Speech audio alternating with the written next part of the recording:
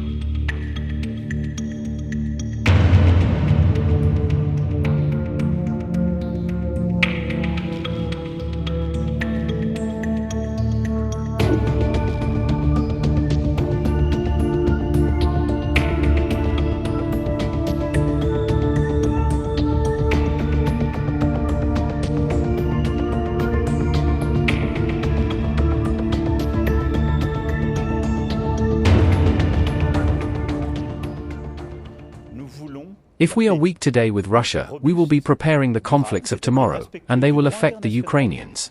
And let's not be mistaken, they can also affect us at a time when our country continues to be regularly attacked in terms of cyber, information, or in contested spaces from maritime to space.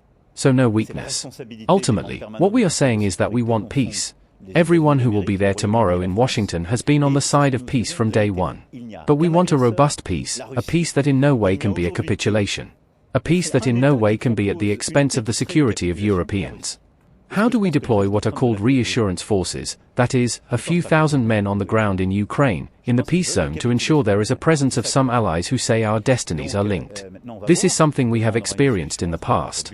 These forces are not intended to hold a front line or to be engaged in an active conflict, but to demonstrate solidarity from a strategic point of view. That is the second pillar. So, this is what we need to discuss with the Americans. Who is ready to do what? We want peace, a robust and lasting peace, meaning one that respects international law, is preceded by the return of prisoners and children, and allows for long-term stability, respecting the sovereignty and territorial integrity of all countries. This is the responsibility of the permanent members of the Security Council, which include the United States of America, the United Kingdom, and France. And this is what we will reiterate. There is only one aggressor, Russia, and today there is essentially only one state proposing a peace that would be a capitulation, which is Russia. Do I think President Trump wants peace? Yes. I don't think President Putin wants to do that. I think he wants the capitulation of Ukraine. That's what he proposed. So, now we'll see. Tomorrow we'll have a discussion. It will be robust and it will allow President Trump to re-engage based on what he himself has said and wished for, a broader meeting where Ukrainians and Europeans can be there to present their views. That's a good thing.